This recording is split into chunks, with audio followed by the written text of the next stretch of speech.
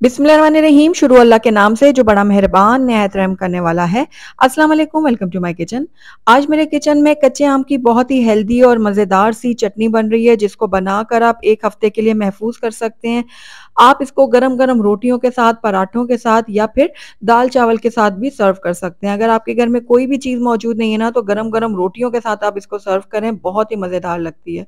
तो ज़रूर ट्राई कीजिएगा मेरी इस रेसिपी को। तो चलिए फटाफट से इस हेल्दी और बहुत ही मज़ेदार सी कच्चे आम की चटनी को बनाना शुरू करते हैं। तो बिस्मिल्लाहिर्रहमानिर्रहीम, यहाँ पर मैंने कुछ सब्जियाँ ले ली हैं। तो सब्जियों में सबसे पहले मैंने यहाँ पर लिया है हरा धनिया तकरीबन 1 कप, साथ ही एक छोटे साइज़ की प्याज़ ली है मैंने।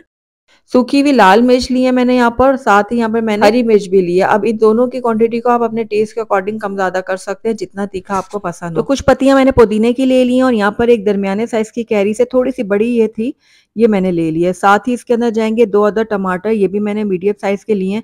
अब सारी चीज़ों को छील के छोटे-छोटे टुकड़ों में मैं काट लूँगी। तो यहाँ पर देखिए सारी चीज़ों को मैंने छोटे टुकड़ों में काट लिया और यहाँ पर देखिए मैं लहसुन बताना आपको भूल गई थी।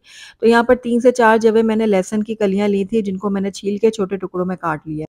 अब इन सारी चीज़ों को हमने जो है ना ग्राइंड करना है, उसके लिए मैंने यहाँ पर चॉपर ले लिया है। आप चाहे तो हैंड ब्लेंडर ले लें या फिर जो जूसर का जग होता है उसमें भी ये सारी चीज़ें ग्राइंड कर सकते हैं। ये देखिए सारी चीज़ों को मैंने इस चॉपर में शामिल कर दिया है। अच्छा, वैसे तो इसमें पानी की ज़रूरत नहीं पड़ेगी, लेकिन अगर आपको ज़रूरत पड़े तो 2 से 3 खाने के चम्मच आप ऐड कर सकते हैं। यहाँ पर भुना हुआ कुटा हुआ मैंने सफ़ेद ज़ीरा ऐड किया है 1 चाय का चम्मच।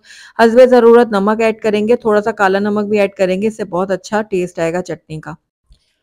तो बस ढक्कन बंद करके सारी चीज़ों को हम अच्छे से ग्राइंड कर लेंगे। तो ये देखिए बहुत ही ज़बरदस्त सी हमारी चटनी जो है वो बनकर तैयार हो गई है और चटनी को ये देखिए इसी तरह होना चाहिए दरदरा सा।